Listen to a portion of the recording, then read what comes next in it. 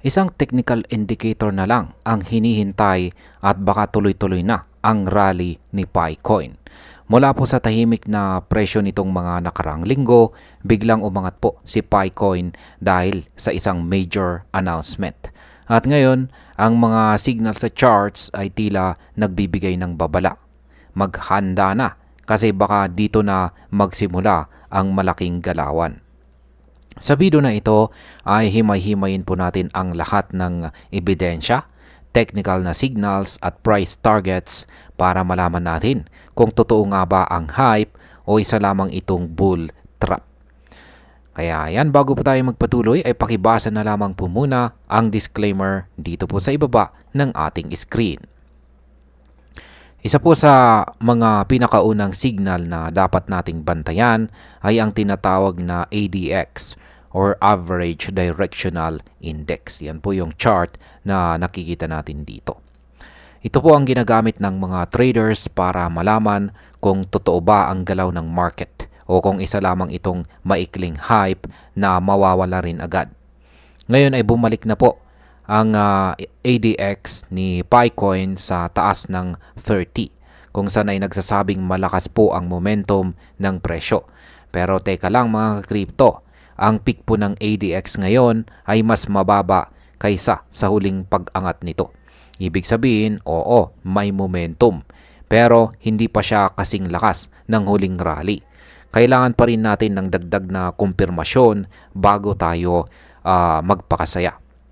Pero kung mananatiling nasa taas po ng mid-20s ang ADX, malaki po ang tsansa na magtutuloy-tuloy ang pag-angat ni Picoin. Ayan, dito naman po tayo sa EMA crossover ni Pi. Ayan. Sa kasalukuyan ay meron pong dalawang EMA lines na pinagmasdan dito ng mga analyst. Ang 20 period EMA at ang 50 period EMA. At ayan, nakikita po natin dito sa chart na tumawid na or nag-cross ang 20 sa ibabaw ng 50. Dito natin nakikita ang rally ni Pi mula po sa presyong 0.45 hanggang 0.52.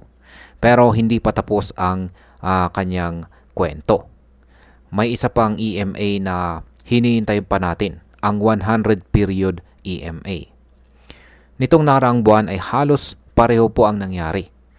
Nakatawid po or nag-cross ang 20 sa 50 pero hindi po niya nalampasan ang 100 period EMA. Kaya ang resulta ay bumagsak ulit ang presyo mula 0.66 pababa. Kaya ngayon kapag nalampasan po ng 20 EMA ang 100 EMA habang nananatili po sa taas ng 30 na EMA habang nananatili po sa value na 30 ang ADX, baka ito na ang simula ng isang panibagong bull run ni Picoin. Yan, sa daily chart ay meron po tayong tinatawag na Fibonacci extension levels. Ayan, dito po sa chart na ito, yan po yung mga horizontal lines na kulay itim or black. Ayan, ang Fibonacci extension levels ay ginagamit po ng maraming traders para tukuyin ang posibleng susunod na target price. Nito pong Martes, ang candlestick po ni Picoin ay tumagos sa tatlong mga importanteng levels. At yan po ay ang mga presyong 0.46, katapat po yan ng 0.236 ng FIB, at ang presyong 0.49, nakatapat naman po ng 0.382 na FIB.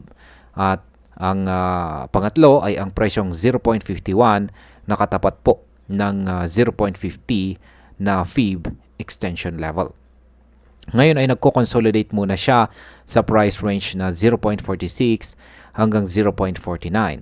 Pero kapag tuluyan pong nakalampas si Picoin sa price level na ito at nagsara sa itaas ng 0.51, ang susunod po na target ay ang 0.54. At kung magpapatuloy pa ang momentum, pwede pong umabot siya ulit sa presyong 0.66 na isang 40% potential upside. Oo, 40% po ang posibleng iakyat ni Picoin kung ma-confirm ang huling EMA cross at manatiling matatag ang ADX. Yan, may isa pang technical clue na dapat po nating tandaan. Ang candlestick pattern na tinatawag na inverted bullish hammer.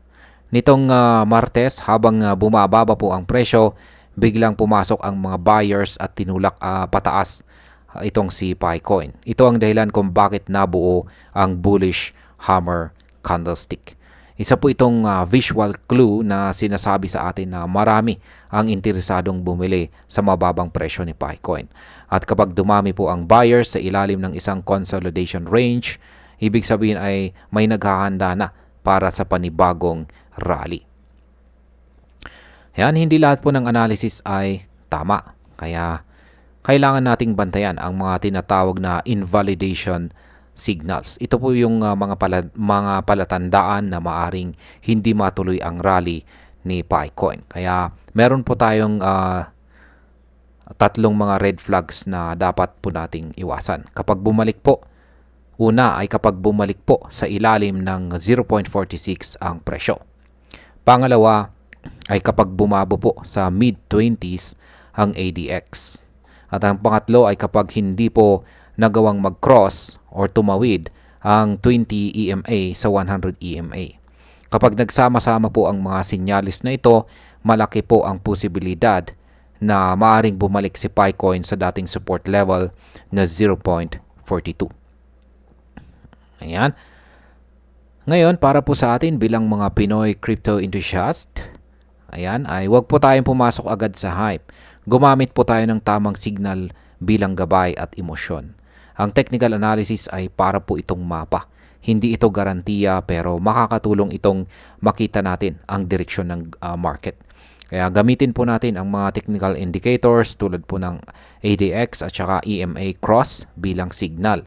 At kapag nakita po natin ang confirmed breakout na may volume at saka momentum, dito lang po tayo maaaring pumasok. Kaya lagi po tayo, kung tayo po ay nagtitrade yan, sa futures, ay lagi po tayong maglagay ng stop loss. Lalong-lalo na kung bagong-bago pa lamang po tayo sa crypto. At ang pinaka-importante po sa lahat ay maging disiplinado po tayo sa paghawak ng ating pera.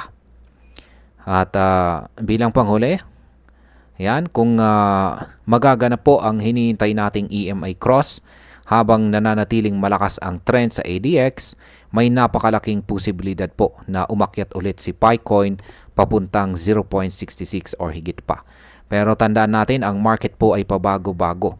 Hindi po sapat ang excitement. Ang kailangan natin ay disiplina, technical knowledge at saka tamang mindset.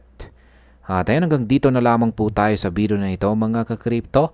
Marami pong salamat sa panonood. Ingat po tayo lagi at God bless po sa ating lahat.